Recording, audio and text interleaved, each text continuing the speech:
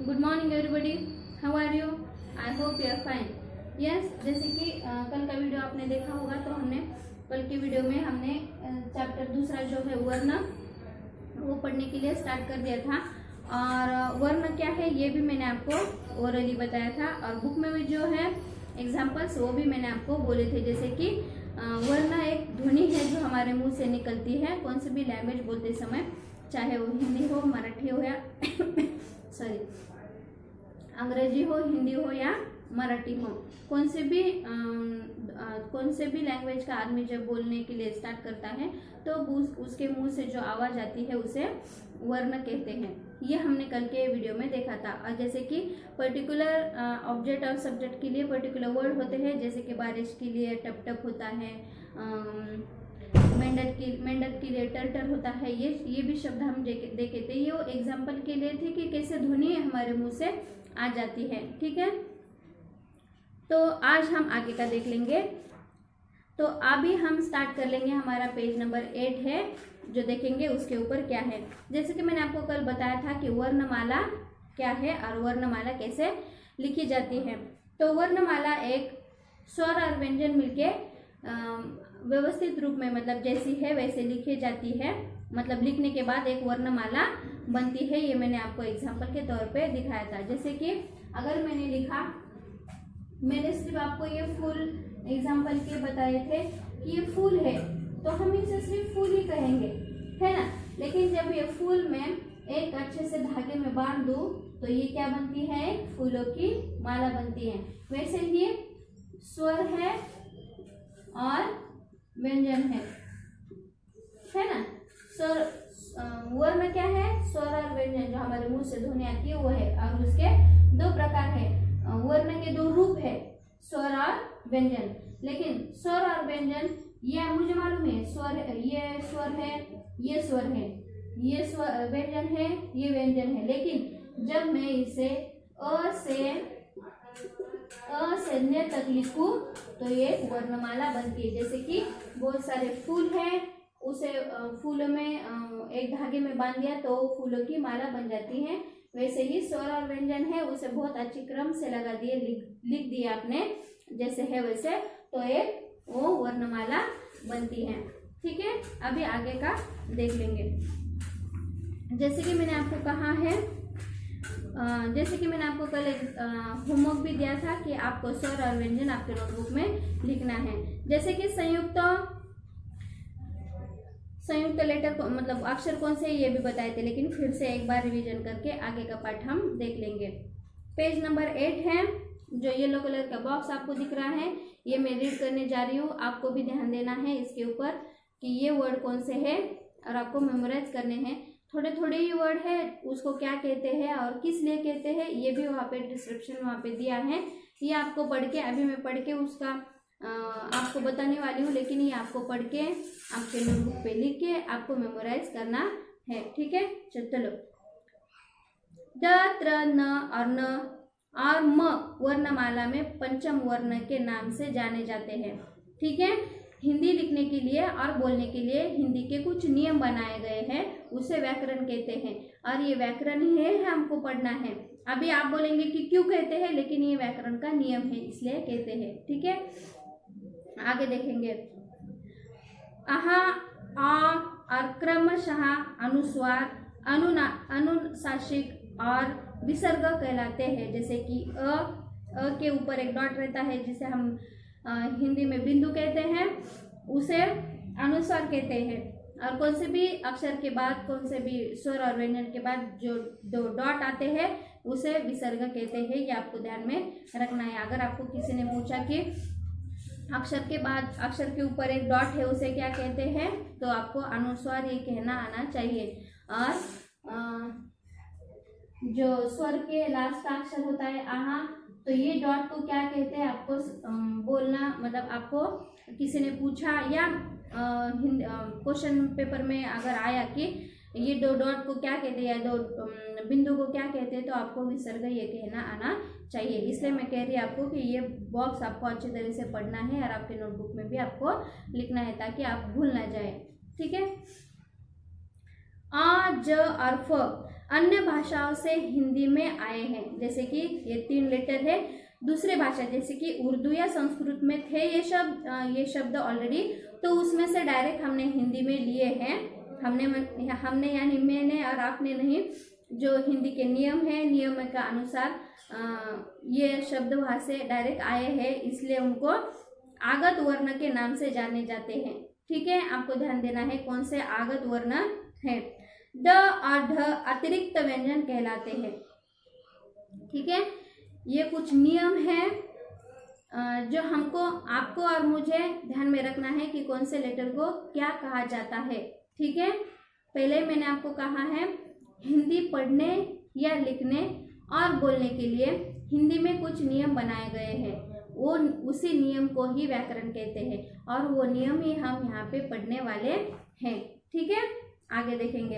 अनुस्वार का उच्चारण नाक से होता है।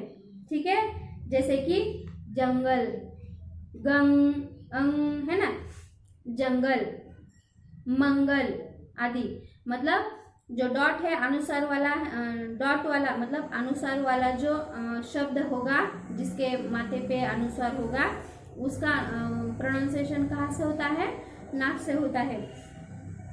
अनुशासित का उच्चारण नाक और गले दोनों से ही होता है। जैसे कि काटा, का गले से भी हो रहा है और नाक से भी हो रहा है।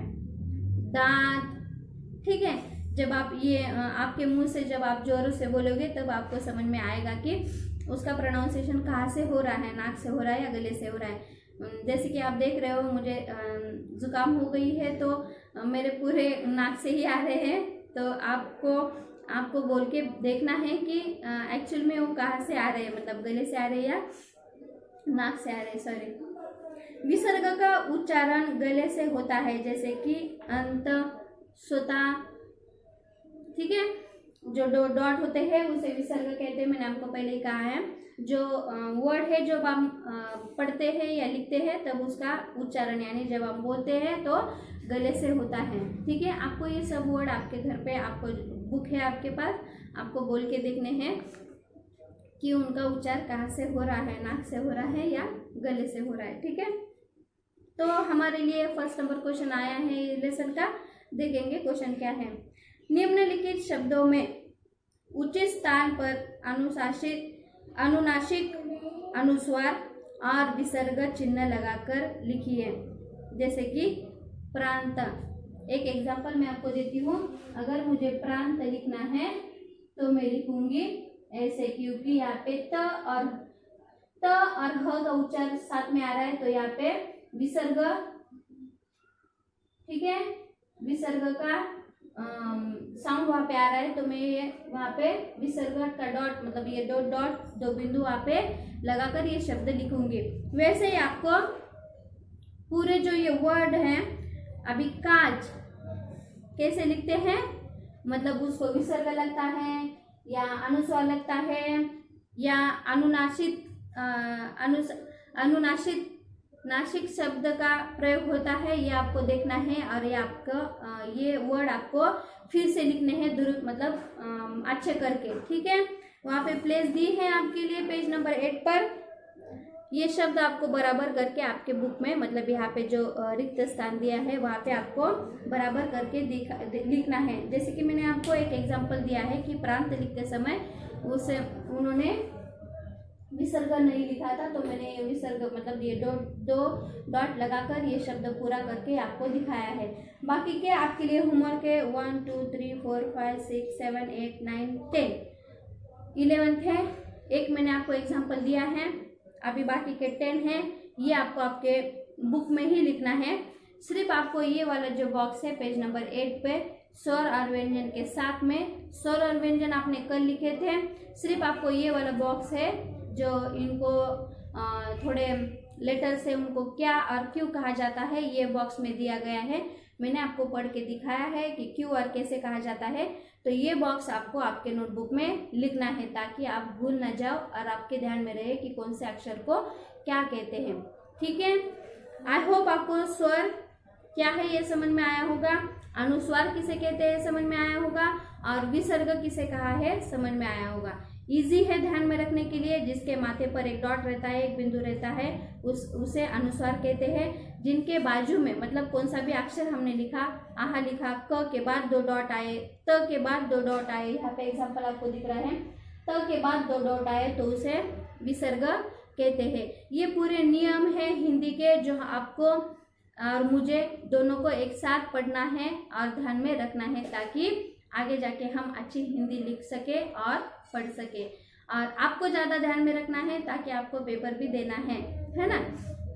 जब स्कूल स्टार्ट होगी या और आई डोंट नो, लेकिन थोड़े दिनों के बाद जब स्कूल स्टार्ट होगी तब जितने भी लेसन हो गए हैं उसकी एग्ज़ाम तो होगी ही। तो आपको ध्यान में रखना है कि एग्ज़ाम के हिसाब से आपको पढ़ाई करनी है। सिर्फ टीचर ने दिया है आपको लिखना है, लिखे तो ठीक है, नहीं लिखे तो मैडम थोड़ी चेक करने वाली है, ऐसा नहीं करना है। जो भी इम्पोर्टेंट चीज़ें हैं मैं आपको लिखने के लिए कह रही हूँ ताकि आप भूल ना जाए और आपके ध्यान में रहे। और एग्ज़ाम के वक्त आपने सिर्फ नोटबुक आंखों के नीचे से निकाली तो भी आपको ध्यान में आना चाहिए कि ये इम्पोर्टेंट पार्ट है हमारे एग्ज़ाम के लिए। अब आप और मैं स्कूल में होती तो मैं आपको नोटबुक पे चेक करके देती कि ये बराबर है, ये नहीं है, और मैं खुद देखती कि आपने लिखा है या नहीं लिखा। आप घर पे हो, मैं भी घर पे हूँ, तो मैं आपकी नोटबुक चेक नहीं कर सकती। अगर आपने व्हाट्सएप पे डाला है तो मुझे गारंटी हो जाएगी कि आपने लिखा है, लेकिन अभी तो आप हिंदी का होमवर्क व्हाट्सएप पे नहीं डाल रहे तो मुझे समझ में नहीं आ रहा आप लिख रहे या नहीं। लेकिन मुझे दिखाने के लिए मत करो पढ़ाई, आप खुद के लिए करो, क्योंकि मैं तो सिर्फ पेपर निकालने वाली हूँ, क्वेश्चन पेपर, आंसर तो आपको लिखने हैं ना। ये ध्यान में रखना चाहिए आपको कि मुझे एग्ज़ाम देनी है और मुझे क्लास पास करना है, ठीक है। तो चलो, जैसे कि हमने आज के वीडियो में इतना देखा है, आपको ध्यान में रखना है कि स्वर क्या है, वर्णमाला क्या है, विसर्ग और अनुस्वार क्या है, ये ध्यान में रखना है। आज के वीडियो में इतना ही, बाकी का हम कल की वीडियो में देखेंगे। तब तक के लिए टेक केयर, गुड बाय।